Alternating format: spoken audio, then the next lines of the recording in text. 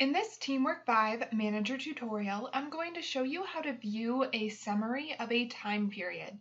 To do that, go to your top menu bar and click on TeamWork. Make sure you have your enterprise or location selected, then choose Time.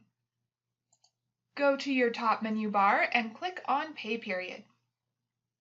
From the drop-down menu, choose Summary. You should now arrive at a summary of your current pay period. I can see to the left under Approvals how many pay sheets there are, how many are locked, how many are approved, how many are locked at the enterprise level, and how many are approved at the enterprise level.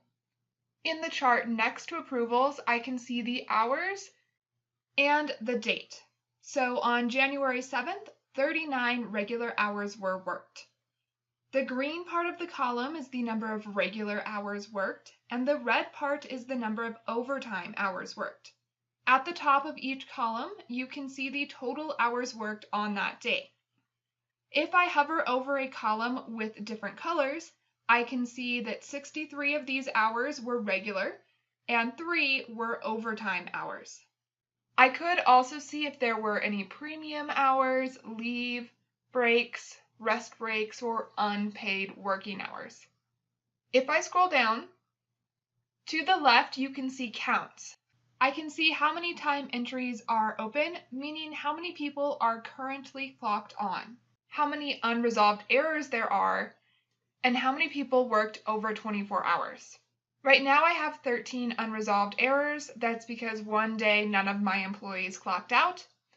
Under the attendance chart, you can see how many people worked in each of these categories. No one who was not scheduled worked. 14 people were absent. That goes back to those unresolved errors. One person clocked in early. No one clocked out late. No one clocked in late. And no one clocked out early. There were 16 instances of too much time. If I click on Exceptions under Counts, I will be taken to all of the exceptions. How to navigate your exceptions is covered in another video. To return to your summary, go to your top menu bar and click on Pay Period. Then choose Summary. And now we're back where we started. If I want to view a different pay period, I could use the forward and backward arrows. So I could go back a pay period, which I didn't enter in time data for, or I could click the arrow next to the dates and choose a pay period that way. Let's say I want to look at the pay period that starts today. I can click on that. If I scroll down, I can see that 7 people are marked absent. That means none of the morning employees clocked in.